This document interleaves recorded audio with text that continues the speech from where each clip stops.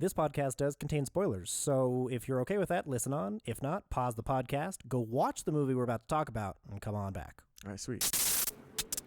Excuse me. Brandon, over here. Hey, Pardon me. why don't you have the popcorn?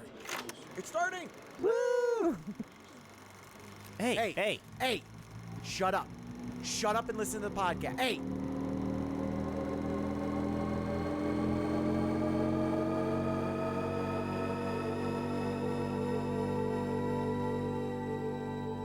There's a lot out there to see. This is what we watched.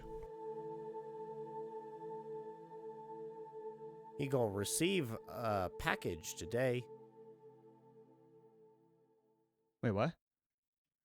Just gay references. Anyway, it's a sex joke. Sweet. So, I know how to. Well, let's go into this. This is how we'll go into this. American oceans.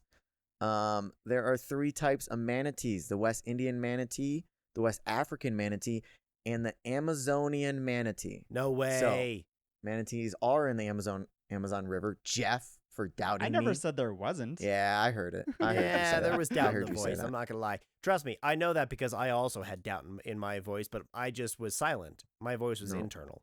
It was Geoff. Geoff's an asshole. No, it was mostly the dolphins, watched. What we watched? There are definitely dolphins. You doubt the dolphins, Geoff? I did. That was, if anything, I for whatever reason, I can see manatees kind of hanging around in there for sure. I was even more confident about the dolphins than the manatees. Anyways, what we watched? What we watch? All right. Well. Power through, Geoff. He's got. power through, Brandon. Geoff, look at this shit. Look, Amazon. Oh, dang it. He's got Amazon receipts. River dolphin. So is that one you can buy on Amazon? Is that what that's saying? You're the worst, Geoff. What we want? Well, we watched. Hey, we're back. We're back. Matt's, you're up in the upper left again. Just how it was to start. Just for you and nobody else. Thank the you. usual flicker. Yeah. Hey, Lots of flicker, we're not flicker, supposed to fade. talk about it. We Oh, we had a meeting. We decided to ignore that. I don't know The what you're first talking rule about. of Flickr Club is you don't talk about Flickr Club. All right. Well, welcome to the podcast. Welcome to today's episode. We are back. My name is Brandon. I've got Matt Hollenbeck, the original Ooh. Matt, the OG. I've got Geoff Volondo over here as well. Oh, And- here, but there are older Matts, just so we're all on the same page. no, you're the oldest. Aw, whoa. I heard. I'm I a like how young buck. I loved the oh, thank you. Oh wait, fuck you. I am a young buck. I don't know what the hell this came from, Geoff. Child. Yeah. I'm okay with that. At this point in my life, I'll take what I can get. Yeah. Right. Exactly. Wait until you start becoming the old guy. You're like, wait, when the fuck did this happen? Shit. When did my back start hurting so much? Roughly when I played like 100-something holes of disc golf in like a week. Yeah, that's a lot. That's roughly when. That's a lot. Well, today on the podcast, this is a movie review podcast. It's a podcast for movie lovers. It's a podcast for TV lovers, and it's for those who like numbers, guys. Because today we've got a numbers game, not like games. Go check out our games on YouTube and all the other ones. If you want to play along, fantastic. They're out there. No, today the movie we're talking about is a numbered movie. Can I make it any more confusing for you? 1923. You were so close. So Damn it. close. 7. What's everyone's favorite number? What's everyone's favorite number? 17. That's the only correct answer. 17. 17. Oh, Helton? Yeah. You guys got him. Whoa, sports ball. Hooray, got a sports. I Boner always for tie it Todd back in. Helton. No, today we are talking 1917, the Sam Mendes epic Woo. World War I thriller, I guess. I don't know. Do you think if they did a paternity test for all of Denver children, how many would be like related to Todd Helton? Because just everybody is like, please fuck my wife. Anyways, go ahead. Sorry. Yeah, absolutely. You kidding me? Hey, that's our Hall of Famer, bro. All right, we're talking about 1917. 1917. Movie Club. Whoop, whoop, whoop, whoop, whoop. This is the kickoff to war movies. Because, of course, right? It's July, 4th of July, Independence Day, fighting, war, and killing. That's what America's about. So what better way to celebrate that than by watching war movies? Heck yeah. I don't wanna gonna call the shot a little bit, but because I started averaging all of the movie clubs that we've done, like all the grades for per month, and I think this has a good shot at being one of the highest average rating I think of all time, because we are doing 1917, we're doing Jojo Rabbit, and then we're doing Full Metal Jacket. Yes. Right? Yep. That was yours. I don't really remember on Thursday either. Oh, so you're talking about highest average for all three in the Correct. For Correct. all picks. three. Right now, Yeah. do you have any idea what the highest average would be? Trying to think of the months. Let me I just know. take a It's peek. really I hard won't look to at the scores, but let me just look at the months real quick. I mean, let's not go through. The best is November, early America. We had Django, The Hateful Eight, and There Will Be Blood at 8.59. Yeah. That makes sense. Second is New Beginnings one, which is Count of Monte Cristo, Silver Lining Playbook, Yep, and Joker. Yeah. Yep. Those are the two high right now at 8.9, 8.59, and 8.35. Okay. And then we have two really low ones at the moment that are like next to each other. 7.52 is the fighting one. Yep, Kick Ass, Fight Club, and Raging Bull. And let's be honest, Fight Club really saved that one. Yeah. Yeah. I wonder And which the other one one- sunk that one. And then the other one is the October Exorcist is, one. I bet. Yep, 7.51. So that's the lowest one. The Exorcist, It, Paranormal Activity, and The Conjuring, and that's the lowest with 4 and not just 3. Right. So like, and that's what's crazy is that has 4. That has a greater chance of being the higher one, and it's still one of the lowest. Oh, it is the lowest. Oh, it is the lowest. Oh, it is the lowest. That's the lowest at 7.51. Wow. But anyways, yeah. So I think this has this month has a good chance of Taking the new highest spot. Yes, I think so. I Yeah. really do think so. Mhm. It really depends on Full Metal Jacket because I haven't seen it in its entirety by any means. So Yeah, I know, right? I imagine that's going to be the one that might level it off. It's been a very long time since I've seen it, and so I don't want to like give opinions yet on that one because I'm just going to go in with like a fresh slate and try not to have it influenced by what I think I remember about it. Right. Yeah, I've seen it once and I remember enjoying it, and I'm gonna go and basically I don't remember much about this, so very very open to it, but I'm very excited to talk Kubrick. Very excited to talk some more. Oh, he's so excited. He's so there he is. excited. No, he's back. Wait, did I hear him? No, wait. Oh, I thought I he's heard moving. him. I thought I heard a long sigh. Hello? All right, Brendan, you're back, right? There Yeah, he is. I've been back. I really He thought. froze for a second there for Did us. mine freeze? Oh, okay, Yeah. cool. Oh, see, I thought I heard a. I thought that was you being frustrated. No, not at all. No, all right. Let me try this again. I'm very excited to talk some Kubrick. I'm very excited to talk some Taika, and I'm very excited to talk some Sam Mendes. So this is a very very fun movie club month. Definitely let us know what you guys think about these picks for War Month. What some of your favorite movies are. What some of your favorite war movies are. What you watched on the 4th of July, if everyone watches Independence Day or not. Let us know. We're all over socials. We're on Facebook.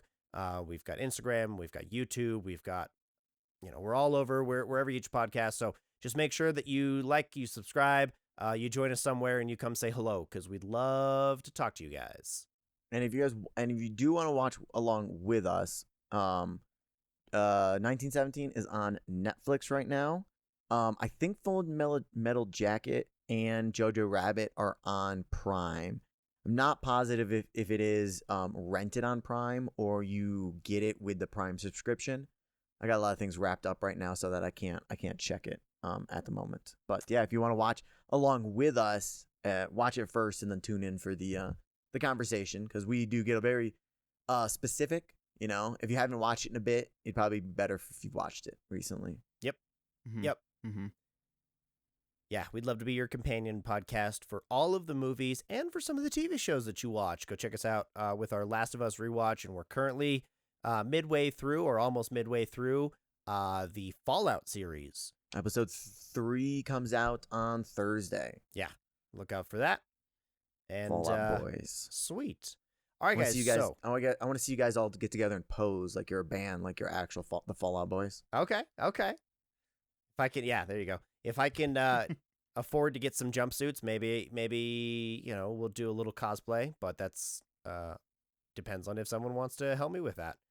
Looking at you, everyone who listens. Pay for our shit. Please buy me shit. Buy me shit. help.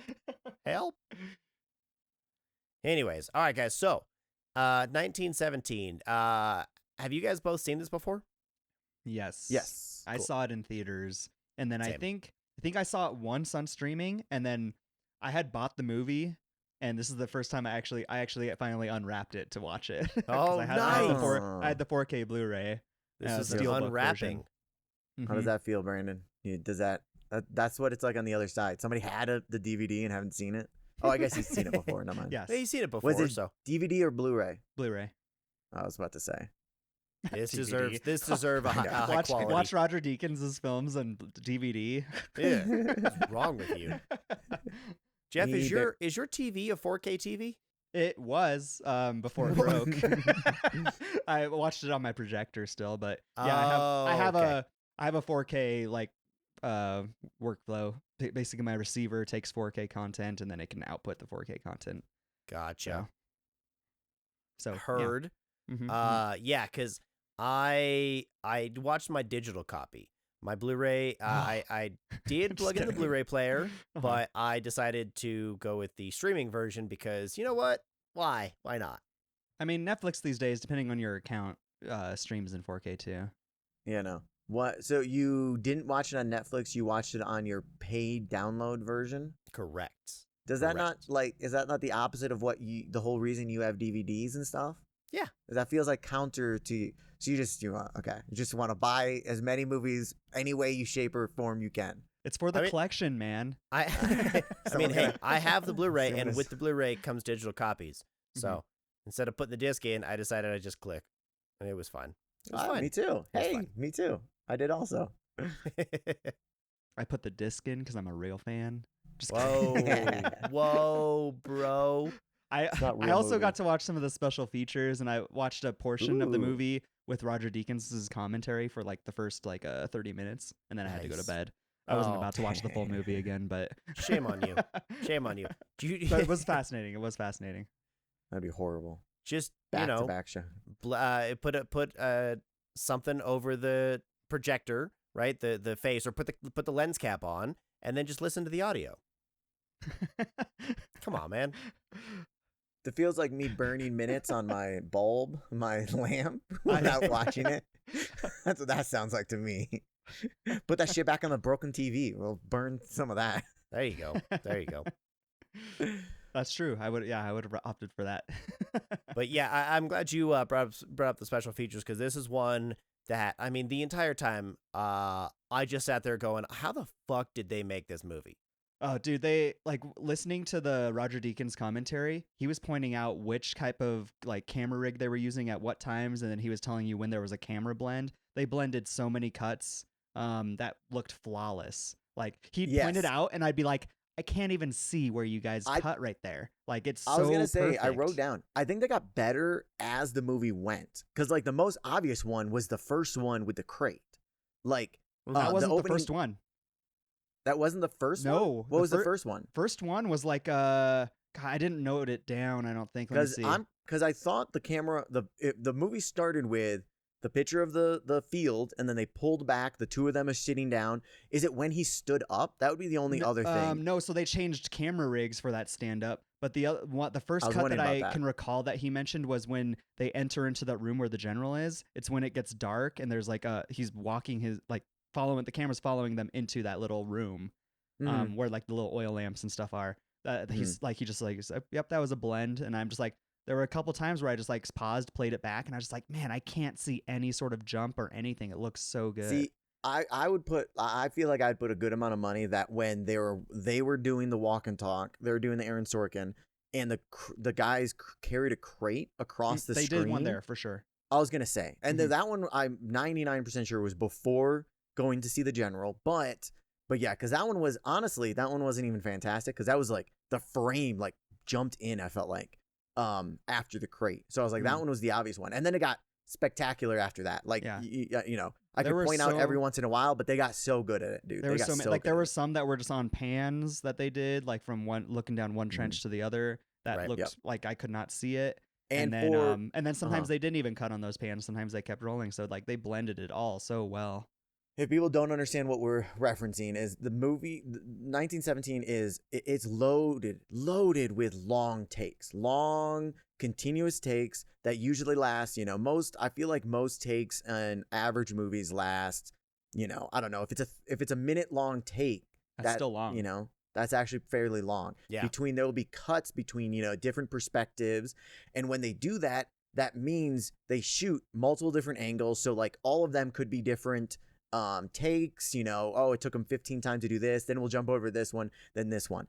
In this one, they went we said action, then they did a very long scene, people talking, people walking, and then sometimes, because that is incredibly hard and they want to blend it in so it looks like one gigantic take, they do a hidden cut. So something crosses the screen, and like probably 95, if not 100% of the screen is gone, and they do a cut at that point. So it's generally pretty seamless. So if you're watching, you don't realize it. It looks like, you know, the last 5 minutes have been one continuous take. In reality, it's, oh, there's a secret one here. So it's really only like 4 to 5, which is still impressive. Yeah. But it's like the interesting thing about this movie is that it's basically a oneer the entire time. It's like they blended it all to look like it's one shot the entire time, aside from the fact of when that character gets knocked out and goes unconscious. That's like the one very visibly blunt cut. But like in an interesting, like, this is on IMDb's trivia, but according to Sam Mendes, wrong Mendes. I do it too. Sam Mendes Won't be the last one. He says the shortest unbroken shot was about 39 seconds long, which is pretty, I want to say, typical. But then the longest continuous shot was 8.5 minutes long. Was it him running in front of the trench? I don't know which one was the longest one, honestly. I do know that there's one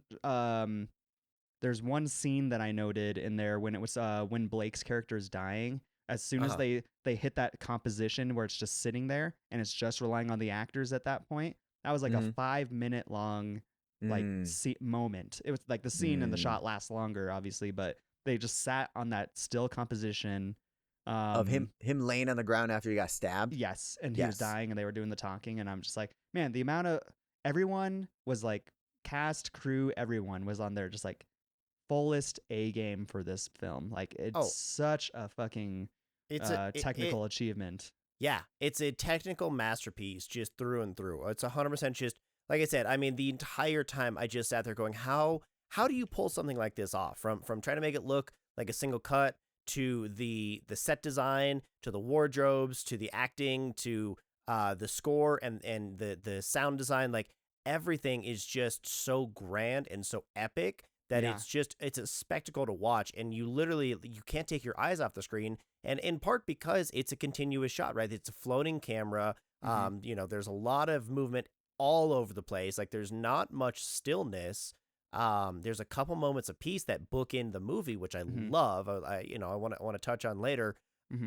But besides that, you know, there's really motion throughout everything, and it kind of, you know, it helps you just stay engaged because you're in the character's perspective. Like you're right there next to him. You're right there with whatever he's doing, wherever he's going. And it feels like you're right there as well. It feels like it's, you know, 1917 again. It feels like the middle of Europe, and it's just absolutely nearly flawless. And the big reason they went this direction for this like huge technical like challenge was for it to feel like it's real time. Like we're literally following behind these characters, counting down the seconds and minutes and everything with them, which is really fascinating, and it's really cool. And then even to jump on top of your comment about like some of the stillness of the shots and things like that, like they used 3 rigs essentially for, well, technically 4. There's a technocrane that they used for a lot of the still stuff where they need it to be a lot like less jittery than say on the Steadicam or like the Trinity arm. And then but then they also they used a Steadicam, but they rigged it differently so that it was skinnier, and so that like the Steadicam op could walk through these tight trenches and rooms and stuff like that. Word. So it's like less bulky, right? Mhm. And then the Trinity arm, which is I don't know if you guys are familiar with the RE Trinity arm, but it's basically a Steadicam vest with I'm hesitant to call it a pole, but it's like basically you get kind of the combination of a jib arm because it has a gyroscope with the camera, and you can like do jib moves lower to the ground and up while still having on a Steadicam vest. And then on top of that, they also did wire cam runs. Like there's that big pit shot where it goes like follows them down where there's water. They had it on a wire run so that it was like the computer was controlling the movement of it going down into the pit. All of this When they're crossing the German, no man's over land, to the and German there's that big one where it's like floating above the water. Yeah, Yeah, that was on gliding across the surface. that was I a think wire there's a cam. hidden cut. I think there's a hidden cut after that. There is, where it transitions over the mud and stuff. Yep. There's one of those. But yeah, no, they were jumping from rig to rig constantly, and depending on like certain moves and stuff like that they wanted for certain scenes and movements, it's just super impressive. Right. Yeah. Right. Outside of like not even getting to the acting or the story or any of that side, this is like we said, it's a masterclass in technical side of movie making. I imagine, it like even outside of camera work, it's blocking, it's, you have to remember your lines and your inflections for the entire, 8 minutes that they did that one. Yeah. They also, because correct me if I'm wrong, Geoff, I don't believe they used a lot of artificial lighting. I think they waited around for lighting to match during the day. Yeah, so they waited for the right kind of cloud cover to match as much of it as they could. So then you got the other level of like, hey, this is going to be a 4-minute shot. You got everything down, and oh shit, the clouds are there. Hurry up! Let's take the chance. Totally, it's insane. You don't have 3 chances to like get it down. And be like, you know what? I kind of want to say it like this. Oh, he keeps making me laugh. It's just like. Yeah. Holy crap. And then outside of the blocking in terms of like not only the guys are say walking through, we're going to walk into this farm, then they're going to walk into the house. You guys are going to separate. You're going to go around this way. You're going to go here. You're going to stop here. The camera's going to fade in here. If you have background actors the whole time, they got to be like, okay, you're going to go around here. You're going to do that. It is a monumental planning. Yeah. Well, dude, it is so impressive. On top of that planning and the special features that I watched, they had marked out with like stakes and like tape, I guess, on the fields how long the trenches were going to be, because they had to match the length of dialogue to how long the scene was going to be in the shot. So they like marked it all out so that they could rehearse before they even started digging the trenches and stuff. I didn't think about that. Yeah, but they matched the production afterwards to the dialogue. Yeah, that way they knew how long it was going to be. They had about 6 months or so to rehearse, which kind of is what you need. Like you need as much time as you possibly can get to nail this in. And using whatever you can, using string, using tape, using actually digging stuff out while it's being built. Because one wrong step, one misstep, one spike at the camera, one missed line, and it ruins the last 7 minutes. Yeah, jumping on that, there was another thing that Deakins was saying in his commentary. There was one shot that they were doing in the trenches where the production designer, great job, got all these really authentic looking like oil lamps and like just all the materials and stuff looked authentic, but they had an authentic lighter that apparently kept not lighting correctly as they were already like a minute or so into the shot. So that he Deakins was like, oh, the poor Steadicam operator, dude, we had to probably do that take like 40 times because of that lighter alone. He's like, he needed to take a break at a certain point, and which was fine. This is just like, damn. So yeah, it's just the amount of variables that need to play out just right, like insane. Absolutely Constantly. Incredible. Absolutely. And Geoff, I don't know if I couldn't find anything. I didn't give myself a whole lot of time to do a lot of research, which is very unfortunate. But like do you know if any of the animals were CGI? Because I mean, then you think- got to throw yes. animals on top of it, right? Yes, That Like, fucking rat. That was the fakest Yes. rat. Yeah, the Those rat rats was were awful. CG'd. That's Okay. one of the warts for me. Yeah. I thought those rats did not look good. Okay. Like Yeah. a couple of them were like looked- okay. You look at them But I long was like, enough, and you're like, yeah, Jesus. there's no way that's real. But Sure, that was one of my few warts. but I will Or say, the like, I'm pretty birds, sure or- the crows were CG as well. okay, And okay. then I think the horse, like they're dead horses, were real, I guess, whatever. Wow. Practical effects. horse corpse. The other one I can remember is that the cow looked CG to me. The planes were CG. And they did also do some painting. So there's I was gonna say, Um, I think they still did a lot of like a good amount of CG. Well, Like I think the there was night some. time they well, I don't know about the night stuff, but they I didn't get that far into Roger Deakins' commentary to know for sure. But Mhm. he did say that there were some shots where they had two different fields for these trench scenes that they used. And sometimes, like, there was only so much space they could use for the amount of space that they had to walk. So sometimes there would be a tree or something that poked into the frame that they just like had someone like paint out. Mhm. As well as in the intro shot where it starts on the flowers, follows them back to the tree, and then starts walking Yep. with them. Technically, he said that there was a techno crane still in the frame, like probably in the Ah. center of the frame that they painted out because they I transferred mean- over to Steadicam or something. At I mean, that there point. has to, like, physically there had to be so much equipment that they like painted out. Mhm. Yeah. In my mind, I thought like when he was running around the town at night, Mhm. I thought they set up a couple of those like orange lights to kind of like to make the lights going around, but then I thought the background might have been repainted and it was just like black previously and they just put some extra So, stuff in there. As far That's as what I I thought. know, for that flare scene, which that is one of my favorite gorgeous scenes of the movie to me. But like, I know, as it's so far unfortunate as, you didn't hear Deacon's commentary about that scene oh, specifically. gosh. Well, I saw some behind the scenes footage of it at some point, but they did have cranes surrounding the set to where they had like special effects of like flares like getting run along the wires to make that certain like move at for Oh, some nice. That's flares and smart. stuff. So they had like didn't if think I about remember that. correctly, like 4 cranes around, and then some of those flares would go up the line and just like pass over. And then there was what I think you're referring to, Matt, is that big bonfire. I'm calling it the bonfire or whatever. On Like, fire. Where the big, I think it's the big building's on fire, but that was Yeah, a one whole of the- that was a whole lighting rig that they had that they CG'd to make look like a burning building. Right. Yeah, But that fire did not look super realistic, but hmm But the color Oh yeah, and that the was another one. That atmosphere was- looked amazing. I feel like I'm trying to think. Did the plane set on fire? Also, when it crashed, yes, the I think plane caught that- fire. that fire That fire looked immediately looked. that one looked le- legit to me. I See, don't know. Well, this is what I would say: is when it first crashed, it looked CG. Yes. And then once they got over there, then it looked real to me. Mhm, So mhm. I don't know if they kind of like blended it into probably the did. practical. I imagine um, so. Yeah. But yeah, I was like initially, I was like, oh, that looks like shit. And then as they got there, I was like, you know what? Actually, that looks pretty good. That might be real, actually. hmm But I think they might have switched over, but I'm not really positive.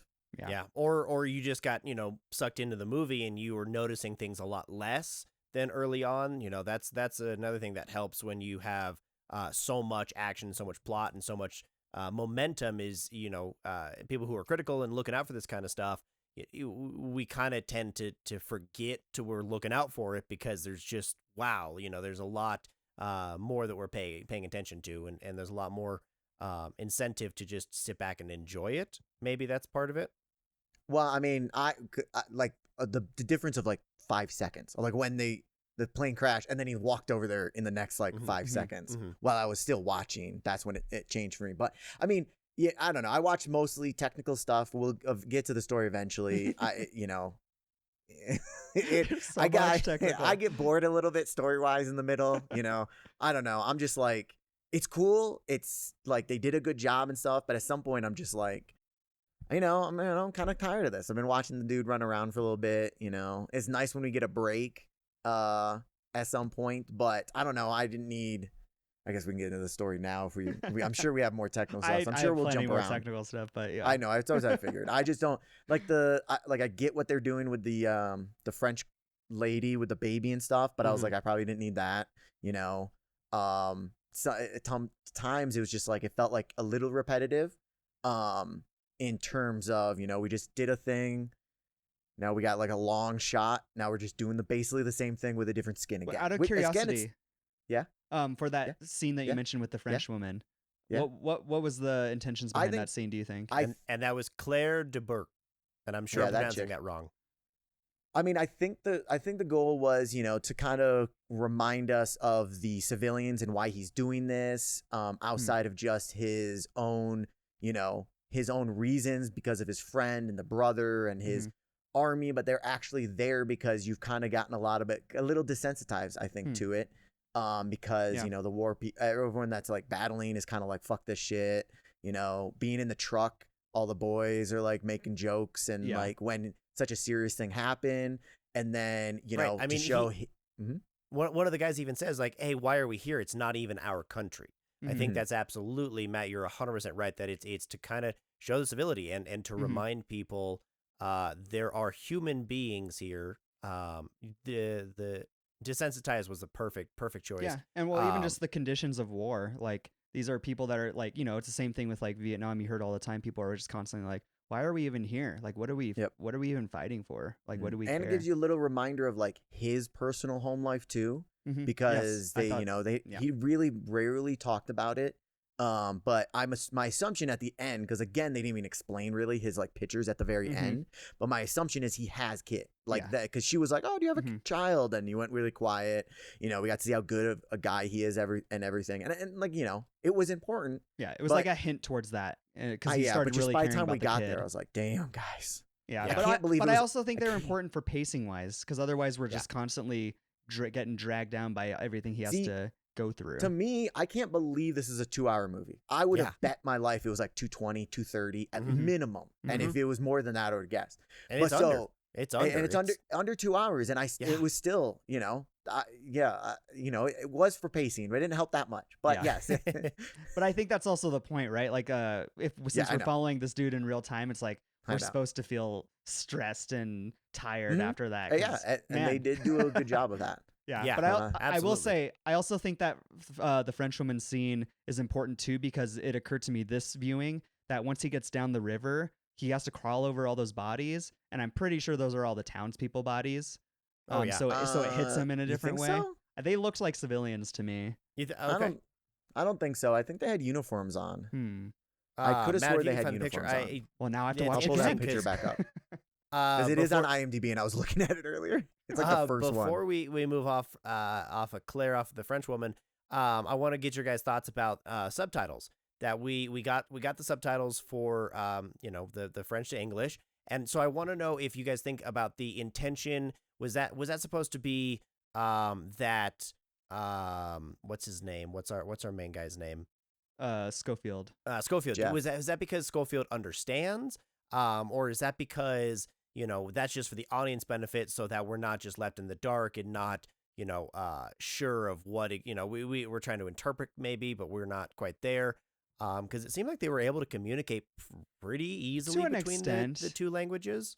To an extent, yeah. Like I imagine it's similar to how, say, we try to talk Spanish. It's like we know some words and Spanglish. Spanglish. Poquito español, señor. Enchiladas de queso, por favor. Yeah. De nacho.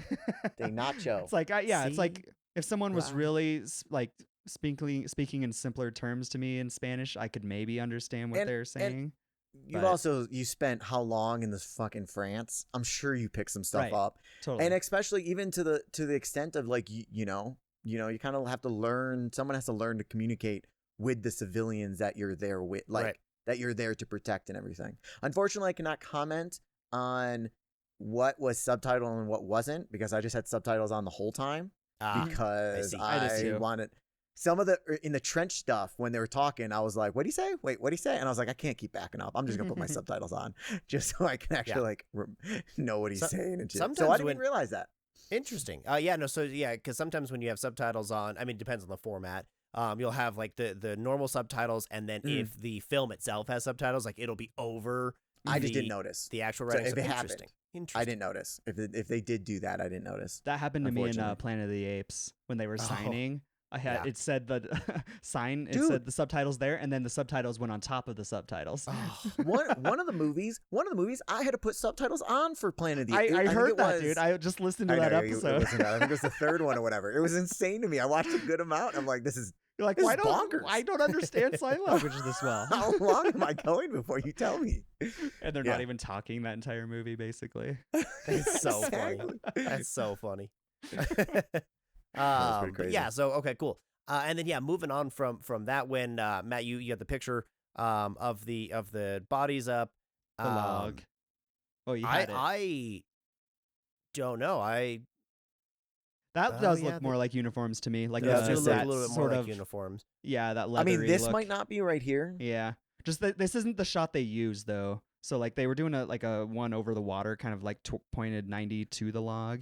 Yeah. Yeah. That when he first got there, and then he Mhm. crawled up, and then he crawled across. Yeah, Um. And he realized, I think he realizes, hey, these are bodies. I gotta be, getting around them. But I love that scene. I love it because it's got the petals. It's got those. I think those were cherry blossoms or I cherry think so. trees. Yeah, in the background, I think. I Right. went like bike pedal. I was like, the fuck does that mean? The And it's pedals. got, but it's got that symbolism, and it's got that, that Blake is basically kind of guiding him and saying, hey, you got to get out of the river here, because what are the chances? What are the odds? What's the coincidence that he gets out of the river when he does, and then stumbles into the other regiment that is about to attack? Like, that to me is very, mystic and very supernatural-esque, I mean- and just kind of saying, hey, I'm here, but god damn, that's all he's going to associate those fucking petals with is dead bodies, because that's when his friend died, and then that's now when he's crawling over bodies, getting out of the river, and those petals are all over the place. Yeah, I mean, I think he had pretty heavy plot armor the entire time. He got the shit beat out of him. He was more invincible than the freaking cat from Quiet Place. A Day Quiet One. Place. Yeah, Oh. yeah. When he was, dude, Geoff, tell me you didn't think he would look. He reminded you of the cat when he was crawling across the bridge, the Oh metal. yes. Yeah. I was waiting for the creature to go underneath him. I was like, Snitzel and Nico getting their job stolen. But yeah, dude, he got blown up. He had barbed wire in his Oh, hand. He got man. blown up multiple times. He got quote unquote shot, and then concussion, multiple fights. He almost drowned. Like, he had freaking plot armor a long ass time. When he passed out in that house, like, frankly, I think if you just passed out and just how tired you are, you might have slept for like 10 hours. I was gonna sleep for fucking 10 hours, Right. especially with all the injuries and I'm sure Yeah. concussion. Well, when he you woke know. up, his head was bleeding. Like, Yep. that's not great to wake up from. No, that's not great to wake up to. No, that is great to wake up to. It's bad to not wake up from that. Yeah, but it's not, in general, blood from your head is not great. I hear you. But the alternative is not waking up, Geoff. So I think waking up to that and just not waking up to that. I see where I know what you mean. Yeah. He's gonna Either way, die. though, with that amount of blood, it occurred to me that I was like, I'm surprised this man does not have brain damage. Because that was a fucking hard hit, apparently. Yeah. And he was just laying Yes. there while he's just bleeding out from his head. Thank God he killed the other dude. Maybe he does. Maybe he does have Yeah. brain damage. And I lost you again. Oh, Brandon was talking apparently. Hey, I'm back. Maybe he does have brain damage, and he was talking, and the French woman is actually speaking perfect English, and he's just thinking that it's French. He's like, bonjour. And she's like, hello? Buongiorno. I'm here on a foreign exchange student. They did reminded me keeping the baby reminded me of Godzilla -1 Mm-hmm. Mm-hmm. where they Mhm. kept the baby. Yeah, very much so. Very much so. I like taking one of the things I did, I took like 1, 2, 3, 4, 5, 6, 7, like 6 or 7 timestamps of like pacing wise.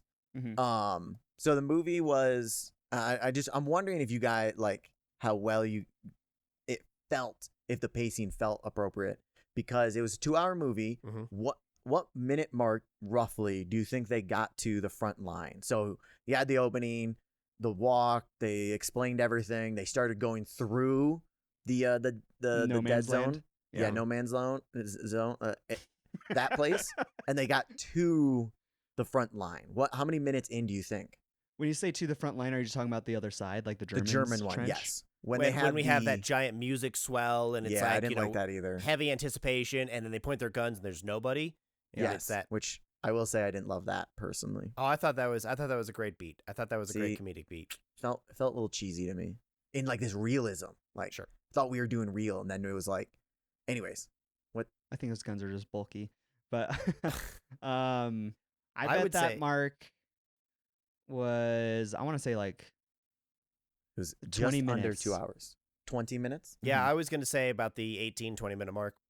24 minutes. Ah, okay. Mhm. Okay. And then it took him 8 minutes to get through the front line, the Mhm. German line. So he shot Mhm. the flare off at 32. Mhm. So a quarter of the movie is when we hit the flare shot, Yeah. and 1/4 of the movie's gone. And it doesn't feel like that to me. It feels quicker. Like you guys, like it feels what you guys said. It felt like it would be quicker. The Mhm. first dude died at 59 minutes. I mean, at 49 minutes. Mhm. Mhm. And it feels like that should be farther into the movie rather than, Right. I mean, Well, that is it almost halfway. felt like we were following that character at first, Yes. I know, a little bit. Yes. Mhm. which was And super I mean, interesting. that's almost the halfway point or roughly the halfway point. So, I don't know. I mean, it's like, yeah, I'd call it third, but yeah. Mhm. I feel like it felt like it took a long time for us to get to there.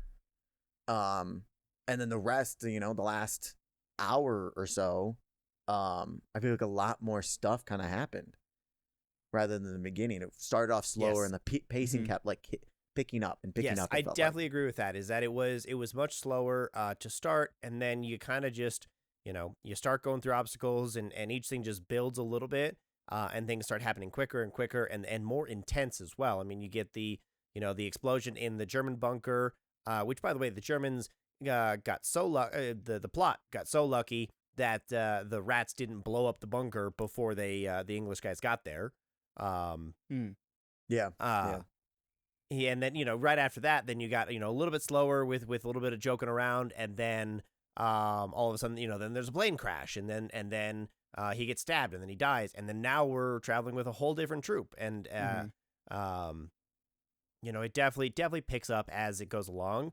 But I never felt personally, I never felt bored by it. I'd never felt like it dragged at any times, and I felt like it was quick enough to really move us along, but keep us engaged as well. I was Yeah. totally with it the whole time. Well, I think they just did a good job of says if you let's put into perspective the beginning of the movie versus the end of the movie. Like the end of the movie has the biggest, most consistent explosions while he's running through crowds of people and stuff like that. There's that one iconic shot that Yep. everyone knows Mhm. about. Unbelievable. Compared to the beginning when there's not much shooting or there's no shooting or anything going on, but they're revealing so much exposition as we're following these characters. Like they have a widescreen aspect ratio, which to me feels like they used it really well because we're following the characters in the center of the frame, and then on the sides you constantly see you see these what all these other soldiers are dealing with or working with, passing Yep. through all that, and then you go into no man's land. You see dead bodies, like death, destruction, barbed wire, the gruesomeness all over the place. It's like they're drawing your attention not only to the characters but everything else that's around them as well. So that kept me engaged during those slower moments in quotations. But Mhm. whereas later on too, ton more stuff starts happening visually, with whether it's chases or Yes. gunfire or explosions. Mhm. So I thought they did that really well, transitioning from basically what you could call more somber moments in the beginning where there's not a lot of action, but in the same time there's a lot going on. Yeah, versus the end. there's a lot of information in every frame and in every single composition, and I Mhm. love that. I wrote it down multiple times. I love how much information we're actually gathering, from the background, from the foreground, from everything in between. While these our main characters are maybe our main focus, but there is so much that we still see that's going on around them that we can pick up on and that we can infer from, and that we can get just data, and we can get emotions about what is actually happening, and helps us just kind of put the audience right in the action with the characters. Yeah. And it I remember really is incredible. a great example of that too is I remember in the theaters when he gets his hand cut by the barbed wire, audiences are just fuck, that sucks. And then Mm. later when the other dude trips on him and makes him put his hand, that cut hand was into the gross. body, I remember in the theater there was literally audibly sounds of like people going like, ugh. Like it's fucking gnarly. I mean, I did it last night when I was fucking watching it. Oh, You're God, like, I oh, forgot about that. shit. That is infected. He is dead. Yeah. At first you're like, oh, gross, rusty barbed wire. That sucks. And then you're like, oh, fuck, dead body in him too. That one is pretty gross. And I was gonna ask Brandon if you were him, Schofield or whatever, and you found the bucket of milk. Are you drinking that? No. Yeah, that's what No. I figured you Absolutely would not. not drink it. Absolutely you? not. You like I don't milk? know. Well, no, because I don't like I don't like normal milk. So Oh, that ain't my thing, anyways. Wait, But if what, it was you a don't- bucket of water, Matt I would like carry chocolate milk. around a little thing of chocolate syrup. So if he came I don't across like it, that shit. he can mix it in. Shit's nasty. Also, but I was, yeah, I was no, like, there's no way his powdered Brandon cocoa would take mix that out in either. the, out in the Hell yeah. fields. That's- Yeah, there's Pull out there's a no way container. because I mean, it's unfiltered. I mean, in the early 1900s, you don't know. there's a lot might not less. have been. There's a lot less antibiotics and there's a lot less processing. So I guess stomachs could handle that stuff. But yeah, it's completely unfiltered and it's been didn't sitting out check the for God cow's knows how udders? long. What's that? You didn't check the cow udders. They might have a filter on it. Slap a little filter on that. It builds up and then it filters out. Interesting. know. Interesting. And then that cow knows to go to that specific bucket when it needs to release a little bit. It's just warm milk that's been sitting out for God knows how long. No, thank you. Absolutely not. But again, great for the plot that they found it and how convenient. I mean, when we got to the baby with the French woman, I went. I completely forgot that he dipped his canteen in milk and he has fucking raw milk. Did which he even drink from it since then? I don't think so. But I mean, if he did, we definitely didn't see it. Mm-hmm. I think we saw everything. So I know, right? if he did it, Well, we unless were he there. did stuff while he was unconscious. That's very True. That German dude was actually alive and he ran over. He's like, "Here, you need some milk. Let me get this." Brad Pitt took reload over your and gun." started doing some things for him. Also, I don't think babies can survive on raw cow's milk, but Probably better No than no fucking milk. idea. I don't know. I have no idea. right? Might be better than no milk, but I couldn't even begin to guess. All of our childrenless ass. I just believed her when she said that. The baby can't eat Absolutely. anything else. She's like, "Oh, he's gonna live now." Jeff, you That's said, me. I wanted to go back to when you said, it felt like I want to jump on music for a second Yes. because I had both extremes where it's like I really loved Mhm. a shit ton of it. Mm-hmm. Once in a few, I personally thought it was a little over the top when it was the build up to the German front line, and to me it was a little over the top because I was in this really subtle realism, and I was commenting to myself of how, not to the empty room, that I thought they did a very, very, very good job of subtle music in the background that you barely noticed, and you noticed when they took it away or they went very airy. And one of the moments is when they climbed over to the dead man zone, whatever it is, and the music just shifted to just this very eerie, airy, empty, dead space. It felt like, and I thought they did a beautiful job. That's why I was also a little upset when we got to the other end and they went to the other extreme and they went dun dun dun. Oh, there's no one here. I was like, God, guys. No, see, I mean, I loved it. I thought that, like you said, when they're calling over, I mean, there's just this tension that's building throughout the entire thing. That's kind of like, oh, something's coming. Or when it is quiet and it is, peaceful, or it is a little bit, still around Schofield, when he's creeping around or something. We have that music, those wild violins just kind of creeping up on you. That's indicating, hey, something's coming, and it builds that anxiety a little bit. And so when something actually happens, when the German pops out, or when something gets revealed, or it just absolutely, I thought smashes 100%. Yeah, no, I agree. I mean, the scenes I remember the most where the score was most noticeable to me was in the beginning, because it starts off very either there was none or it was very somber and at the start of everything. And then as soon as they get told what their mission is, they step outside that room, it turns into like this like beat where there's like a time clock, and then everything's rushed, and they're like, even the dialogue's rushed, and then they're having to push through like all these people, and it gets claustrophobic. Like all those mashup of like elements made it really dramatic and like tense, which was awesome. And then like you were saying, Matt, once they get into no man's land, it's all of a sudden like atmospheric, and it's just like calm, but then also eerie. And then they're like we're following them as they slowly go through this and see all like the death and destruction. Like the music definitely complemented the visuals and like production design and everything very well, in my opinion. Yeah. And they designed that for scene to scene, just so that we can feel that shift of energy as we went along with it too. Yeah, I mean, the score definitely helped carry a lot of that energy throughout, because there was a lot of different tones of, you know, when you needed to feel calm, when you needed to feel anxious, when you needed to feel at peace, when you were excited. Like I thought the score perfectly transcribed the emotion of the entire film through and through. Yeah, I mean, I just like 95% of it was fantastic. I just think there was a couple moments, you know, if I was just my personal the German taste. trench thing for you, I think, is that 5%, right? The German French thing? Trench. Oh, trench. I heard trench as well. Sorry. I know. I was confused. Yeah, I mean, that's just one of them. I want to say there was one later, but I will say I definitely lost track of the soundtrack the farther we got into the movie. And I got much more wrapped up in the visuals and the story and everything. So Same. I definitely, you know, stopped paying attention and keeping track of what the music was really doing. So, I mean, it wasn't like, you know, I'm not out here. I just don't, you know, I'm not the person to be like, everybody's perfect or nothing could be possibly change. That's just ain't me. So I think, you know, there's a couple, you know, here and there, not like big problems or anything. That's fair. Matt, you're kind of out of focus. I don't know if there's a way I noticed to fix that too a bit ago.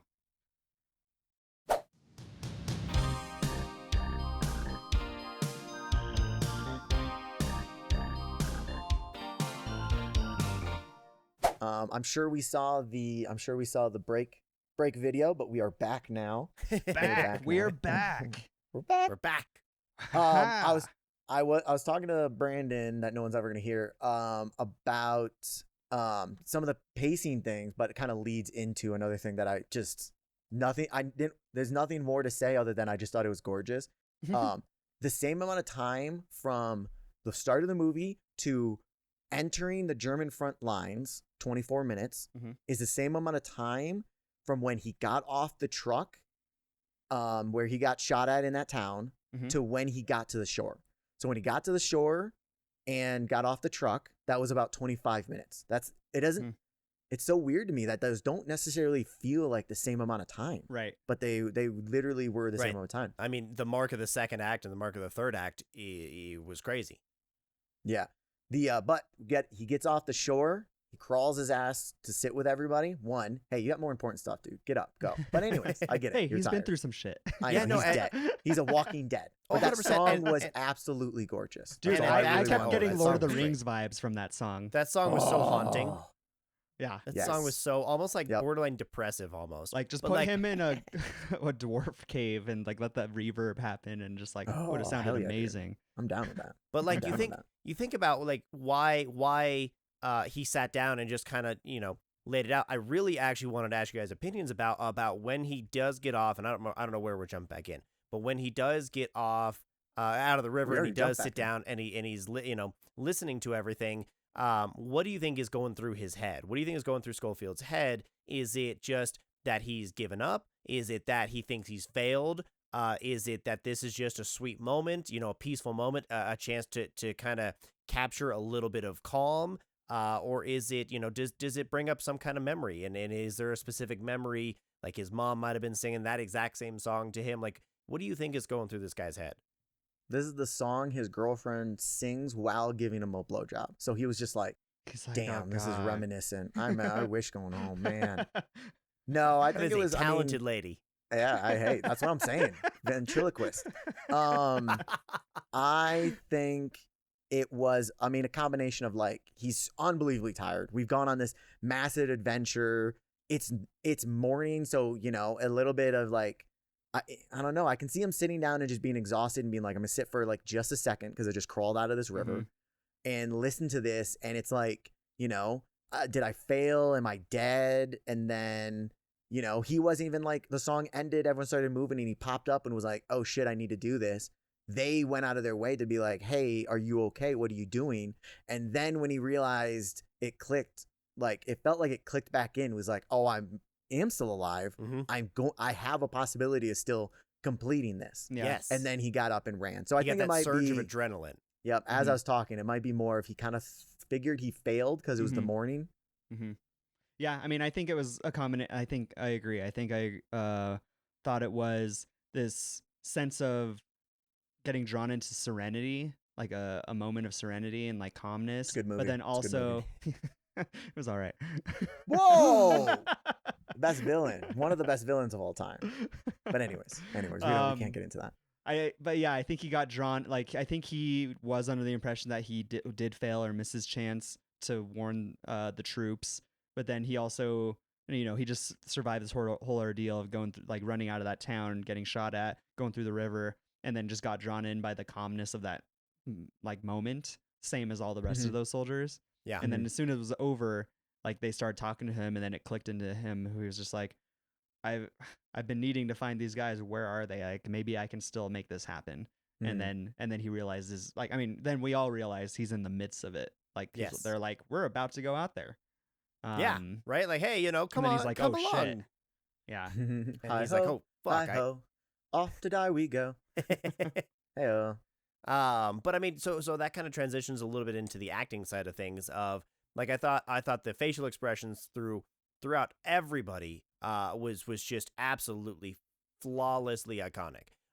From the drop of the older Blake brother, when he's like, oh my God, my brother's here, like, where is he? And then when he realizes just how his expression just changes, and how he's able to kind of barely keep his emotions in, but also struggle to, not let anything out, but he, it's all boiling inside of him, to Schofield, in that moment when he realizes he still has a chance to save the day, that change, all of their just haunted expressions, and just even remembering the fact that these were kids, these were teenagers, 13, 14 years old going out there. I wrote down, these guys look so young. Yeah. the two main guys. Mm-hmm. Schofield looked older than the other one. The other one Agreed. looked like he was Looks like he was chubby in, little boy. Yeah, it looked like he was in high school or something. I mean, if that. Oh yes, but I agree. Yeah, the acting I thought was fantastic. I liked Schofield's acting as we went, as it got farther. He was very stoic at the beginning, which isn't a bad acting or anything, but we didn't see a lot of emotions. You still saw some, but it was mostly carried by the other guy, whatever his name was, Geoff. Blake. I keep saying Geoff as like my made up name for people, and I know, I don't know why. It's really annoying. I did it earlier too, and I was like, I would like to explain. I just assume everyone's name is Matt at this point. No, I think I said it earlier. And then you started talking, and I was like, I didn't mean to call. Anyways, what's his faces was like really carrying the acting and like as like the main actor. Well, Schofield was pretty like kind of the downer of the group. Like when they set out, he was just like, wait, hold on, like, should we even be doing this? And like the other guy was like gung ho about the adventure, like getting the shit done. Well, I feel like he was less gung ho and more of like, we have to do this. There's no option. Yeah, well, his brother was the tie to that. Because emotion. I know. Yeah, you give someone a task to do, and that task is directly tied to their family or someone they love or something they care about, and they've got this energy, they've got this drive and this motivation. And again, it's another change. It's another expression change that you can see, switches, like the light switch just goes on. And I love it. Schofield takes over that mission when they get into the truck. Do you remember? Yes. Yeah. So when they were starting, he was like, "Oh, well, we're never gonna make it." And again, I forgot the guy's name because I was making the Geoff joke. The other guy, chubby boy, Blake. He's not okay. Blake. He's not even chubby. He's just like he's just got a round face. Yeah. He responds with "Yes, I will," like a very intense "Yes, I will." Yes. And then after he dies and Schofield ends up in the truck, they say the same thing to him. Oh, you'll never make it. And he goes, "Yes, I will. Yes, I will." And it was definitely the full transition from the other guy being the lead, the pushing to Schofield being Right. Well, what a Yeah. scene to follow. Like literally as he's getting on the truck, he's just like, or having to leave that. He just has to leave that body there. Yes. Like, Yeah. like what yeah, an before ordeal to getting on go the through, truck. dude. Standing up and walking away from him has got to be that's one of like the biggest things. And I liked Yeah. right before that too, like the realism of him taking all the stuff off, all the important stuff. I need to deliver this, I need to deliver this. Yeah. And just kind of a reminder of it's war. We got to move on. Yep. Hey, stand up, Yeah. dude. We're going. You're not done. Like I understand this might have felt like an end to you, but it's not over, dude. But Get we are up. nowhere near the end. And I mean, and I want to shout out to Mark Strong, who played Captain Smith. I mean, again, Yes. his expressions and his Mark Strong's stoicism, great. but He was his a good guy finally too. yeah, finally. But What? like he was able, like he had such a range, even in his limited time. I feel like, because you could see, he's this captain. He's like, that's an order. You have to get up and you have to leave your friend. And then he's like, but he's soft as well. Like when they're walking and he's explaining, hey, this is where we're going. I understand the situation that you're in. You're definitely hurting. So he's stern, but he's soft. And Mark Strong just crushed it. And you could see it again when he's like, send off as Schofield's getting out of the truck. Like you just see that. And I love that line. Just make sure there are witnesses. Yes. Because some I people love that like the moment. fight, right? And he's just got this like, I don't know, it's this hollowness almost to him. It's just, that was absolutely stunning. But also, the whole, Matt, you said, you kind of have to move on. You have to, it must be the hardest thing to do, to get up and leave your friend, leave his body there just in a random fucking field in the middle of Europe. But you have to do it. And you kind of realize, where some of these mentalities come from when they do get out of war and they come back and they have to live their lives again, is you just have to shove all of your emotions down. You have to swallow everything and you have to keep pushing because I would say it's not no, done. but yeah. What? You should really dive into the emotions and not just shove them down when you come back from war. But I hear you. Correct. No, you. you absolutely should, but you kind of start to understand why they're incapable of it because Oh, I get it. Hey, I grew right. up in the Midwest, dude. Yeah, hey, trust me, dude. That's not feelings aren't a thing, homie. I understand. Trust me. Right. Right. On top of Mark Strong, I love Mark Strong and everything. Geoff, he's a good guy in. I was gonna say, what movie haven't I seen? No, you saw. He was a good guy in the. My God, the British kick-ass version, kind of with Matthew Vaughn. Secret Kick-Ass. Service, no. Oh, was it the service. Argyle? Kingsman. No. Kingsman. He's a good guy in Kingsman. Oh asshole. God. I Anyway, haven't seen so that in a while. yeah, well, that's your fault. So, but also one, is that a cameo? And if it is or isn't, there are other cameos also that I thought were really good too. Started off with Colin Firth. They all had short scenes, and I thought they all did great. Colin Firth first, I thought he did good. I thought he nailed it. Then there's I don't know his real name, but it's Moriarty. Was next. From Sherlock, the BBC show Sherlock. Which role was he in this one? Was he the sarcastic sergeant? I guess yes. If you're calling that, he's the one that sends him into the dead man zone. Yeah, the one who gives him the Yes. flare gun. I loved Yes. him. He was fucking hilarious. Sergeant I Miller, thought it was Andy Apollo. Sure, I believe you. Moriarty. And then let's see. After that, there was. We also finished with Benedict Cumberbatch. Yes, Mhm. what a great again. reveal. Mm-hmm. Did another fantastic not cameo job, and then finished with Richard Hammond, even though he looked nothing like his fake brother. Yeah, I love the Benedict Cumberbatch like reveal almost like just this whole, hey, we finally got here, and then this moment has so much weight to it. We've gone through such an ordeal. We've gone through the journey, and I love the idea of like we got to cast someone like worth this journey. And I thought he was absolutely like, oh, it's him. Sorry, I pictured Benedict Cumberbatch making that noise. He turns around. He's like, oh, it's him. Oh. You found me. But no, Yeah. I thought he did a I great would have liked job. Mark Strong there, but yeah. Agreed. Speaking And- of, oh. go ahead, Jeff. No, I was didn't know if gonna- you had something for that. No, I mean, it just alluded back to what, like, one thing I've noticed with these podcast episodes, Brandon says a really good chunk of something, and then I want to say something to that, but then he goes on to the next thing, and then I have to, like, backtrack in order to get back to it. I'm really debating sometimes. I really debate sometimes to like take notes and be like, Brandon said this. My favorite is when he asked a question. He hasn't done this in a while, but he asked like 6 questions at once, and then he's And then like, "Go." I'm like, dude, I barely remember the last one, let alone your first question. It's great.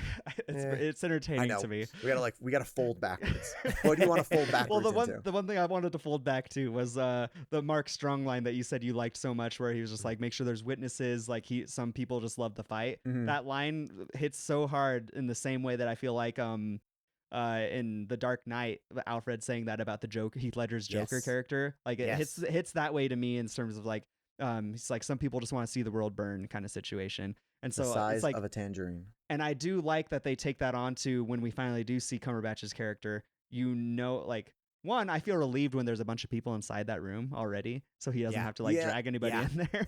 But then Yeah, two, but, he plays it really well. Like he's just like, he doesn't give a shit. He's like, nope, we got him on the run. We're fucking doing this. And that, like, yeah, that's and it. I don't think he really I don't think he fought it once he read he knew why they were asking him to stop Mhm. rather than just stop, because it Yeah. got the vibe that he was like, I know you just want me to stop because we're gonna go later, and it's like, Yeah, if that's exactly, the case, I'm not stopping. But then once Mhm. he read and was like, He's it's like, a "There's trap, you're proof." gonna get hurt. It Yeah. didn't look like he was good. Even if he was alone, I feel like he might have still Mhm. stopped. Like, I don't necessarily. He seemed like a and, smart dude, but he was very Yes, like, I think so. I still like the about Mark finishing Strong, it. the line, and honestly, I like it better, even if it didn't, whether it applied or not to Mhm. the movie, because Mhm. it's a real like, it's so realism. Not Yeah. every single line when you're out and about and at war is the most profound thing in the world necessarily, and sometimes they just drop little nuggets here and there. Yeah. Little- Well, even little- realistic in the sense that Cumberbatch's character is just basically, he's like, this war only ends one way, like last man standing. Like Yep. he has this mindset that people can understand and agree with, even though, like, some people might think he pushes it a little too far or something like that. So I do Yeah. like these morally gray areas based around like people's mindsets Mhm. in the wartime. Yeah. Really I interesting. wanna- mean, yeah, because you Uh-huh. can see Cumberbatch's attitude completely drop. That Colonel's so, like you said, like so like ready to go, and like, hey, we're doing this period, the end, because this is what it takes to win the war. Mhm. And then he's like, well, just they fucking said do it 2 days ago. Now they don't want me to do it, and now next week we're gonna do it again. Like, Yeah. it's Mhm. just back and forth. I want to ask how people felt about, because I was really happy that they did something, and then I kind of feel like they bailed on it last second, which I'm sure people really liked it, but I was kind of upset. So we did this entire freaking adventure. Mhm. It was crazy. He finally got there. We were like there for the big climax of like, you delivered the letter. He's not going. And it's like, yes. But in reality, what happened was fucking nothing. It was, all right, it's still war. Like, it's not like, yes, I'm glad you did this, but like, there's no big climactic hug. You're so great, man. You finished the thing, because I really, really love that. But then on his way out, they stopped him. He was like, hey, you did such a good job. And I was like, damn it.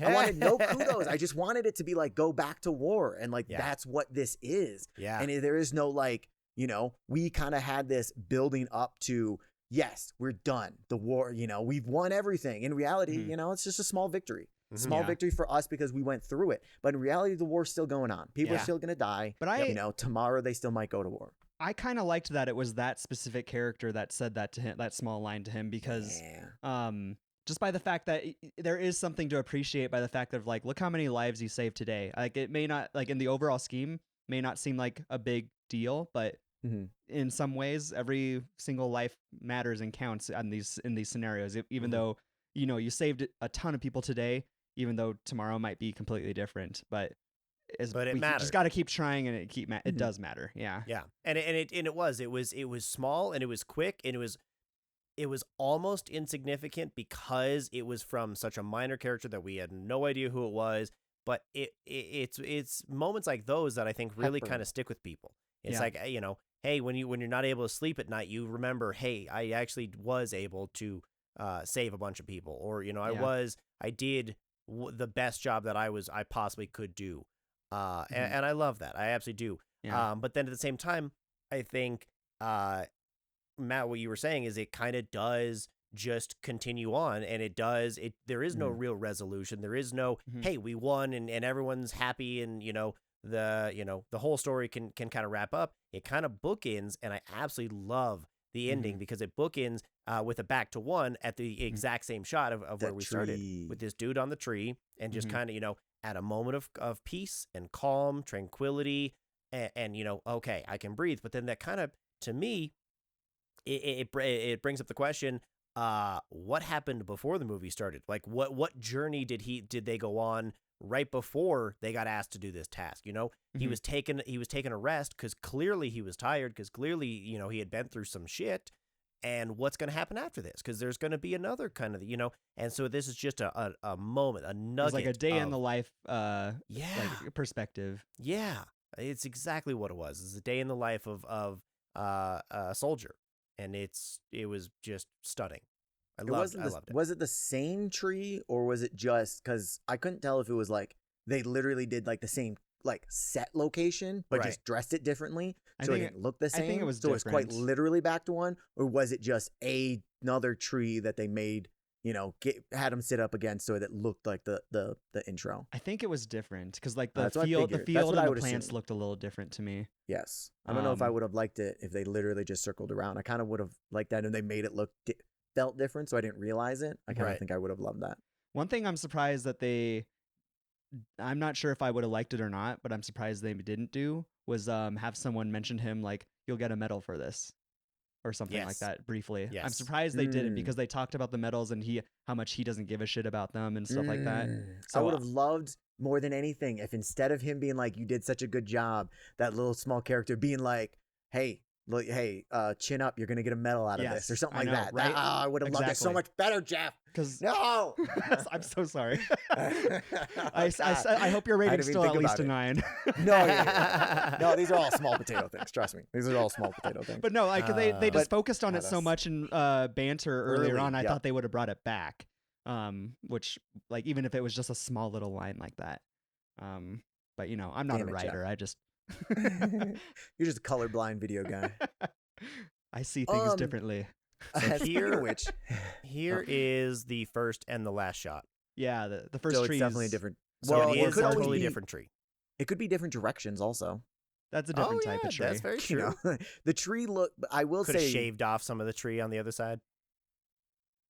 On what other side? But hey, the trees are round, like, so you could shift it a different direction. That's what I mean. Like on the other side of the tree, you shave it off a little bit because you see how. You mean frame wise? Yeah. No, I mean on the tree itself. I thought Matt was talking about the tree. Like okay, the everybody tree. needs. Okay, everybody needs to calm down. Can you see my cursor? I was talking about, no, you got to do it on the web page. Select the web page, the tab or whatever. Gotcha. Yeah. So this part, they shaved this down right here. Or that's what I was there's talking about. just That looks other like a different sides of the species tree. to me. I'll just say I hear that. you. There could be another side of the tree. But no matter what, they did a fantastic. His hair looks like it's a different color too, even though. Like he looks like a different person. I love it. I can see that. Those two look closer than Blake and his brother. Speaking of coloring, Geoff, because they didn't do a lot of lights and stuff, I believe. Someone correct me. Because like we talked about, I'm sure they did some. So I'd imagine. I imagine this is a ton of post-production coloring also. So, yeah, I mean, to an effect, like there's multiple variables going on, right? Like, so an example being that first room they go into. You had a conversation with Deakins, So that first room they go into with the general, where those oil lamps, they actually replaced those with like 500-watt quartz lamps, and they had a dimmer technician dimming down the lights so that they get a certain color out. Like, you can talk about color in a practical sense, and then also in the post-production sense. I thought they did a good job on both of them. Yes. Like the coloring was a very impressive aspect of of all the Right. technical Well, side, like we talked No about Man's before. Land looked very drab and gray and Mhm. like murky and like Mhm. it looked really good that way. Like some of the Yeah. water even looked really like toxic and green and stuff. Blake, when he got stabbed, he started looking so pale so quickly. I was like, when the fuck did this yeah. happen? I was can't intense. wait. I've been waiting this whole time. That is one of my all-time favorite fucking scenes because I that has to be post, right? There's how do you make someone look that pale? They I mean, gave he him some lost a really shit ton of gnarly blood. soup before starting that scene. Guys, he actually died. That was a real scene. Oh, gotcha. He signed many, many contracts. I bet you it's a little A, a little B, a little makeup, and a lot of post-production coloring. Yeah, but like what that's what I want to know. Like I want to learn so much about this movie because what kind of makeup? Jeff, what Because did there Roger was Deakins no. say? What's that? What did Roger Deakins say about it, Jeff? When you guys were having a conversation, I don't think I got that far. You hadn't got there? No, Okay, yeah. cool. Fell Well, I asleep on definitely, him. because I've got the Blu-ray, I'm going to watch as many special features as I can because I want to learn as much about how this was made. Yeah. I don't think But you yeah, will. because there was no cutaway. There was no, That turn you're aware around of. and see someone else, someone else's perspective and do the whole setup thing and then come back and he's a different color. Like, Yeah. Mhm. And it very well is something that they could have done in post with color work. Like you can color pick people's skin tones and designate a range and mask it out, like so that's just affecting his skin tone. And then like maybe you can also do like something like you do in After Effects where you have it gradually get paler and paler, like losing saturation. You could do something like that in post. I mean, whatever they did, I mean, whether or not that was the technique they used, or like Matt said, it's a little A, little B. It was absolutely just astonishing, and that was one of my favorite sequences in the whole thing. It looked so realistic, and that leads me into another thing that I want to just jump on and rave about is the set decoration, set design, the props, the wardrobe, all of it. I mean, was so intense and so realistic. I mean, they definitely 100% dug trenches. I don't know where the hell they were on Earth that has that vast open field left, with nothing, or if they just, went in post and painted out a bunch of, billboards and stuff in the background. But yeah, it felt incredibly authentic and incredibly realistic. I was gonna say if Christopher Nolan can purchase out an entire field to grow corn on, I feel like these guys can find an empty field to dig some holes in. I think cornfields are a lot easier to shoot than make it look like. But the time and duration to grow out those corn. I don't know, Brandon. You were just in Moab. Moab was there's very little shit out there, and that's like a little portion of, realistically, there's still a lot of open space, but no one wants to live there. That's the problem. Is we do have a lot of space, but like nobody really wants to live there. I just 'Cause want to there's dig holes and grow literally- corn in there. Hey, I can find you guys a cheap house. You just got to move to like fucking Idaho or something. But who wants to, right? Yeah. Not it. Nah. But yeah, no, I agree though. Like the production design, costumes, art direction, like Dennis Gassner, I think is the production designer for this one. He also worked on Blade Runner 2049. A lot of these people at the top end of their game for sure. The whole team on Blade Runner 2049.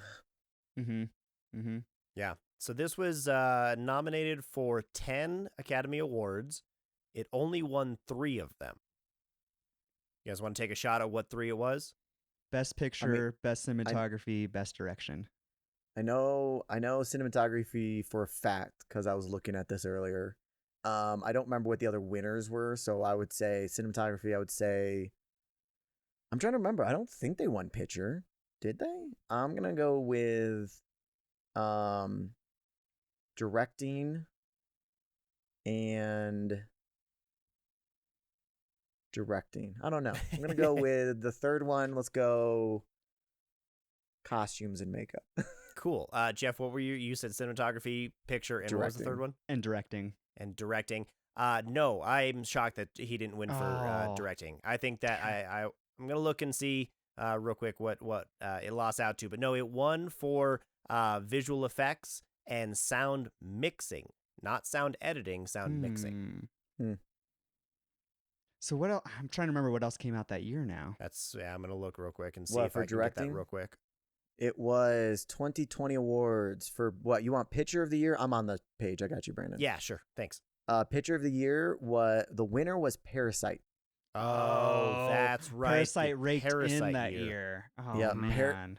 Ironically, so wow, this is a good year. And then I That's look at last right. year's, and I'm like, this year's Like what anyways. a letdown. So here are all the Best Picture award nominees: Parasite, Ford Mhm. versus Ferrari, Mhm. Joker, Marriage Mm. Story, The Irishman, 1917, Jojo Rabbit, God, Little that was Woman, a stacked year. yep, Little Women, and Once Upon a Time in Hollywood. Yeah. Yeah, I mean, and you think about, yeah, Other than The Irishman, It's like Ford watch versus- any low of end these that. films and not know when they came out, and you're just like, yeah, that definitely won Best Picture, Best Yes, I know, Cinematography, right? Best everything. Exactly. So God. to me personally, when I watched last year's Oscars, Brandon, this is what I was saying was I felt like last year was a super weak year because to me, a lot of those think- are better than Oppenheimer, in my I opinion. think so. Parasite, 1917, maybe Jojo Rabbit, Joker, Mm-hmm. and maybe Once Upon a Time in Hollywood. I'm all like, though, that's Oppenheimer to me, if not better. So Yeah. that's all. Anyways, but no, that's I 100% see where you're coming from with that, and I definitely agree. I did, because Oppenheimer is a fantastic movie. It's really interesting. It's really well done, but Mhm. it's probably would be fourth on this list.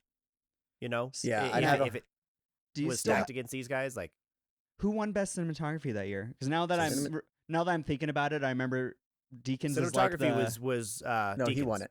Yeah, Deakins oh he won did that win one. it. Okay. Yes. Okay. Yes, he won for that. Yeah, visual and then and sound editing. 2049 previously, I believe, right?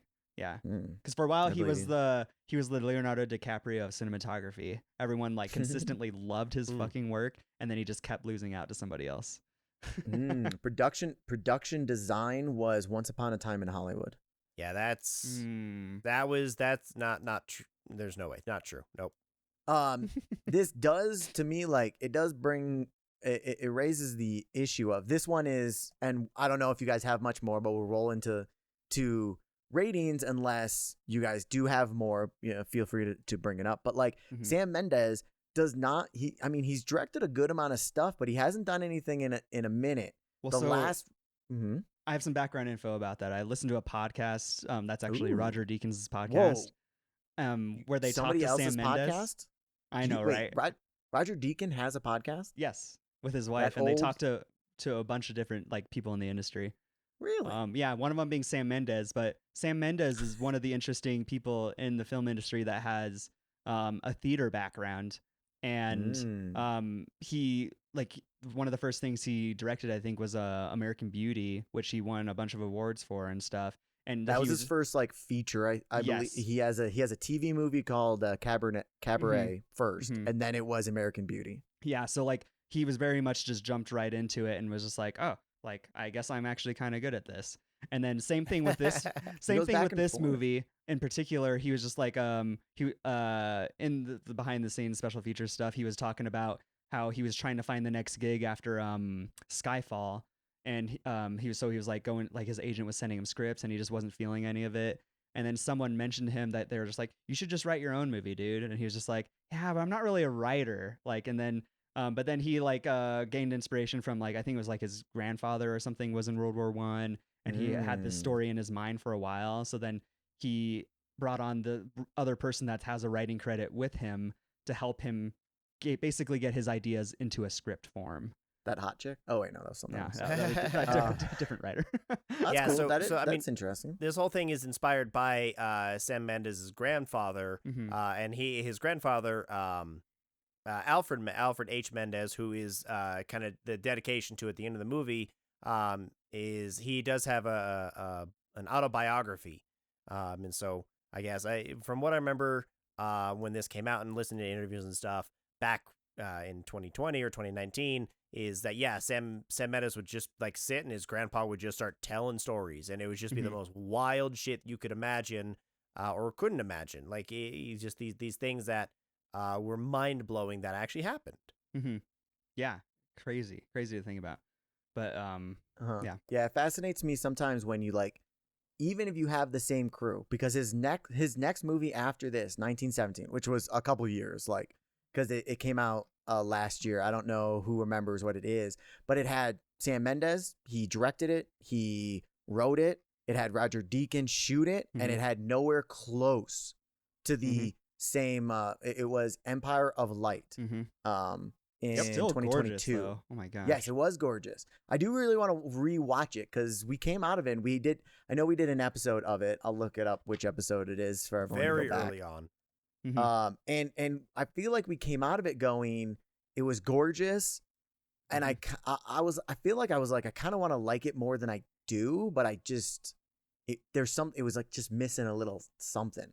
Yeah. Well, it's hard when you have like such epics in mind, like 1917 and then Skyfall and all this. Like they're really big, like Hollywood movies, right? And then you go to this one that's almost like, I'm hesitant to call it independent, but it was more of a standard drama kind of thing where you're very, very much diving into more of the characters, and it's like much more of a, I don't know, slower burn compared to like the action movies that he's done, essentially. Yeah, I think if Roger Deakins walks onto the set, it's not allowed to be considered independent anymore. I know, right?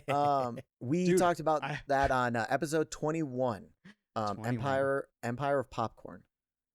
Popcorn. I don't remember if we talked about speaking something else. of Roger Deakins not being in, like, if his films are not independent anymore, dude, he pulled fucking strings with Ari for this film.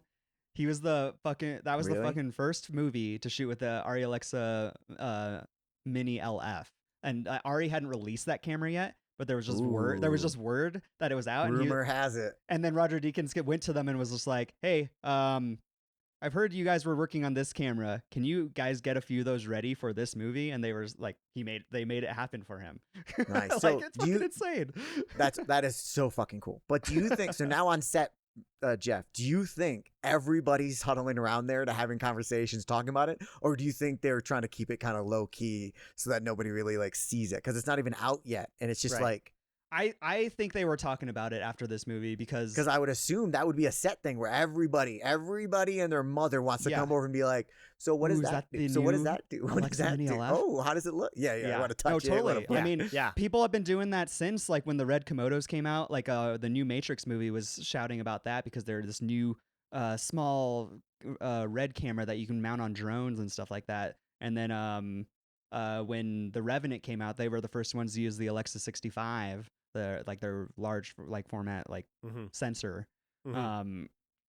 So like it's definitely a thing now, like where people are just like, oh yeah, we're the first ones to use this camera. Check it out. Woo, woo, woo, woo. Roger Deakins did it before it's cool. Before it's cool. Yeah, Hipster. I mean, look, dude, like the production design, the camera, what cameras they had, the people they had on it, it was all very impressive. How many months did they shoot for? I want to say it was like what, like I don't know. April to something, whatever. I looked it up earlier and I forgot about it. But Nice. I'm impressed. I can't believe how much it cost with all of that. Ooh, I haven't looked I yet. think it isn't. I think it's a you know. Do you want to take a guess, Geoff, before I say anything? I kind of do. I want to try. This one's something. interesting because it might be. It's hard to think. Let's see. It is hard to think. It's hard to like interpret what I, because it could be super expensive. It could not be because also now remember it's the an duration. English production. I don't know So what that indie. means. It was an indie. And it's an English production, so you have to say it in pounds, not dollars. Nope. Go dollars, because I don't know dollars. I mean, I don't know pounds. Okay, I want to say 80 million. 80 million. I was gonna say 65 million, but I wouldn't be surprised to see it go as high as 125. The time duration to me makes an importance because if it could have been extra long based on the weather conditions they were trying to do, and that everyone's They still shot making day from rates. April 1st to June 7th, 2019. Oh, So okay. April, a May. few So like solid just months. what? Okay. 9 months? 9 weeks. Sorry. I was like, whoa. 9 weeks. So okay, so then I think it's less now than 80. I want to say it's what did you say, Brandon? I said 65. 65. I'm gonna go. He said 65 to 125. That's what he wants credit for. I'm gonna say 60. I think it's just a little less than 65. I mean, hey, I thought it was impressive that they made it look this good on 95 mil. But Wow. well, we So it was you know, 95. Damn. 95. Should have stuck everybody with my ruined it. original. Yeah, you definitely should have. Come on, Geoff. I know. Damn it. All right. Speaking of which, Okay, cool. rating. Sam Mendes, I just wanted to mention that he has in upcoming, I don't know what this means, but he's got the untitled Ringo Starr, George Harrison, Paul McCartney, and John Lennon biopics, all 4 different movies. I saw that. Does he?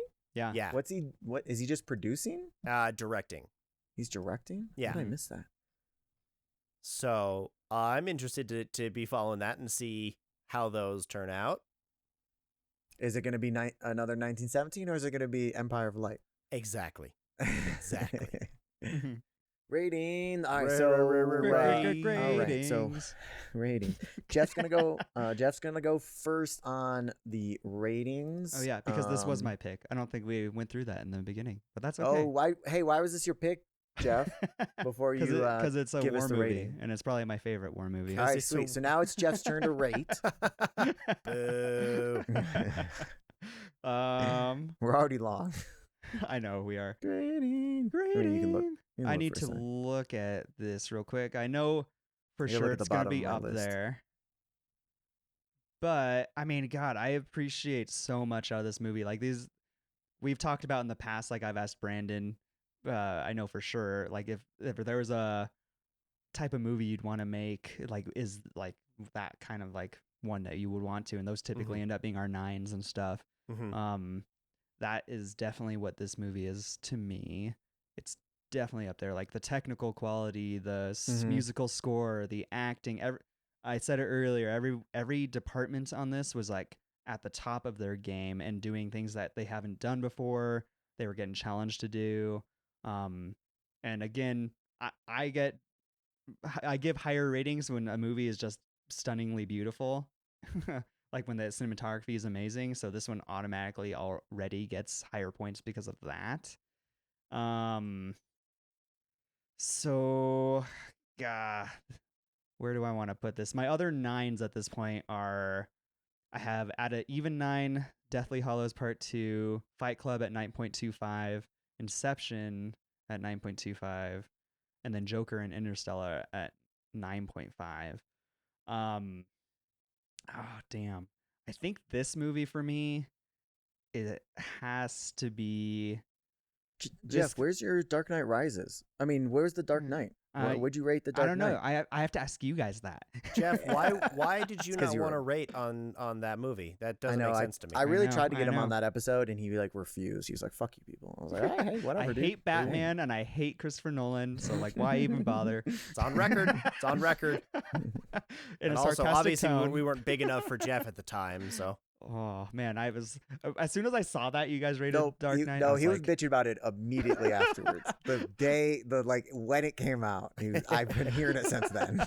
I was very insulted. But no, God, yeah, I think I have to put this film at a 9.5 as well.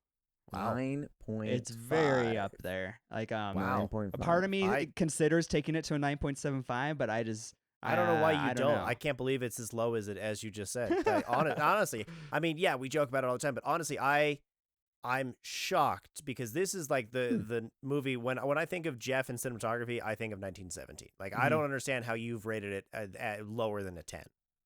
I mean, again, a 10 being absolutely perfect movie. It's hard for me to think of one that's just like, when I think of a 10, I only think of me having one 10 of a movie because that is the perfect movie. God. You know what I mean? Don't so say like, in my head, I don't know if there's ever going to be 2 perfect movies, but this one is Right. very close. This is one that I've debated. It may change to 9.75, but it's definitely one of those 2, and I think I want to put it at 9.5 for now. Okay. Jeff's going 9.5. I'll actually roll into mine because it's a very similar.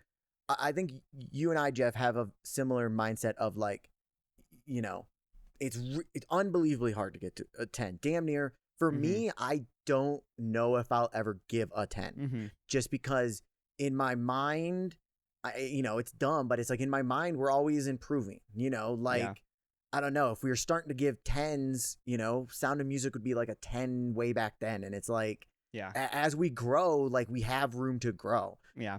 So just like psychologically and mindset wise, Yeah. I don't personally think I will ever give a 10. With that being said, This is like a 7.75 for Matt. no, I think I'm up because my top at tied for 9.5. I have Avatar, Dark Knight, and Jurassic Park. So my mindset is I'm trying to figure out if it's on that level. I think technically it probably is. I'm personally between 9.5 and 9.25. I mean, I think it's technically better than Jurassic Park. I don't think it's at He like said it here. technical side. Technically, it's better than Jurassic Park. No. Sorry, I meant. Sorry. Production wise, I think it's better than Jurassic Park. Even though Jurassic Park did an amazing, a whole lot of amazing. They stuff. did a lot of amazing shit for sure. And then I think Avatar and The Dark Knight. We'd have a conversation about The Dark Knight, but I think they did some amazing stuff also. So it's up on that level for technical side of 9.5 probably. Story wise, I think there was a little like, lull. I didn't like that one music spot. I don't think it's perfect necessarily. It's damn close. God, I don't want to, Jeff. No, I think I'm gonna put it on the same level as Joker, which I have at 9.25. So I'm gonna go 9.25 because you don't want to match me.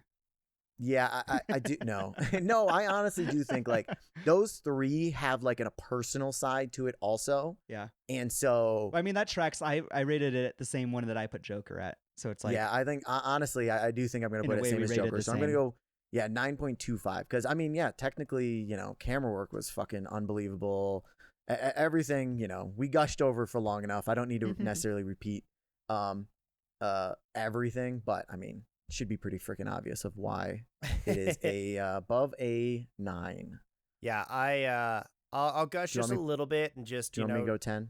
I mean, honestly, it's really close. I'm struggling between that and maybe a little lower, but I mean, because it's an unbelievably epic journey that we went on. I'm still astonished, even after talking about it, after watching it a few times. Like I'm just astonished at every single piece and every single aspect of it. It's like from its scale to its beauty, to its message, and like we've said, everything is just top notch. Everything's everyone's at the top of their game, and it just deserves nothing but the highest regards and the highest respect. When we're just looking at what it takes to make a production and what it takes to pull off something, and then to do it to try and make it look like a single take as well. Just the planning that it takes is absolutely fucking outstanding. From the cinematography, set design, acting to the writing, the score, everything is just top of the game. So I'm struggling between putting it at like the top tier and just a peg down, because my tops are also it's funny because Brandon, we do not have time to read all of your 9 pluses. Okay, you guys put it not at have time. you guys put Joker is at the same level as Joker, and my Joker is at 9.75 as well, and it's at the very least it's at a 9.75. But I mean, the more I think about it, the more that I talk about it, the more that I learn about this movie, the more I want to learn and the more that I enjoy. So I think I am going to give this one a 10 because I absolutely think it's just an outstanding technical, masterful achievement that it's understandable. Is just it's a good watch. It's a really good watch. Jeff, was that your guess at Jojo Rabbit? Yeah. So we both guessed 10, so we're both right. Yay! Hey. First, I was so confused when I went to his page and there was 3 10s. I was like, what? Yeah. Because it was 1917, About Time, and Jojo Rabbit. Like, what is going It's like, on? wait a second. The future. All right. Yeah, That means it's so good. all right. That means we do now have officially a new highest rated What We Watched movie. 1917 is officially the highest at 9.58. The previous winner was Joker at 9.5 flat. So, because the only real difference with that is that Brandon went 10 instead of 9.75. Yep. So we now do have a new official. And hey, I'm not the Joker what isn't deserving also, but 1917 is a very deserving. I'm just glad it's not like About Time or something. I think 1917 is definitely just very deserving of being our highest rating. Yeah. Yeah, 1917 is a phenomenal movie. Yeah, Sure. it was phenomenal. It was phenomenal. All right, So- that's all we got. That's all we got. So I encourage everyone to go check out 1917 on Netflix. Let us know what you thought of this. What you thought they could have done better with the movie, because obviously these guys think that there's room for improvement. So I want to know if everybody thinks that the fake brothers look alike. They didn't really hear that before. You do. You think they really look alike? I disagree. And then Geoff was That's on a the quarter fence. point right there. Right? Get his actual brother. Yeah, no. and the fact that the actors were living by at the premiere, like, that's a point right there. Clearly, Yeah. Brandon, don't get me wrong. I'm still like even considering bumping mine to 9.75, but it's hard for me to say that there's a movie that is clearly a 10 to me at this moment. cool. I think it's just like a different. It's mindset. a feeling for me. I just gotta feel it. It's a feeling. This one's a very close one though. Hey man, it's okay. I've said it before, but I'll say it again. I like to like movies. Apparently, I do too. And I will correct you that Brandon likes to like his movies. He likes to like the movies he likes. and he likes to hate the movies he doesn't like. Absolutely, Yes, exactly. Geoff likes to like movies. I generally like to like I'm movies. I'm okay with it. That's all right. That's okay. Hey, I hold the film industry as a high level. So it's like, to me, you didn't just willy-nilly make a movie and you get a good grading. Fuck you, man. Put some work into it. 1917, get your shit better. Do better. Do better. A Quiet Place, get your shit together. Day one. Sorry, Oh God, day one. excuse me. Shit's getting crazy. Yes, it is. Yes, it is. But all right, cool, guys. Thanks for a good talk, Geoff. I appreciate the pick. And yeah, let us know what you guys think. We're all over socials. We're all over wherever you get your podcasts. So come check us out. Like, subscribe, do all the good things for us. Say hello, please, dear God. Tell someone to listen, and we will be talking to you soon. So enjoy the movies. Bye. Bye. Bye.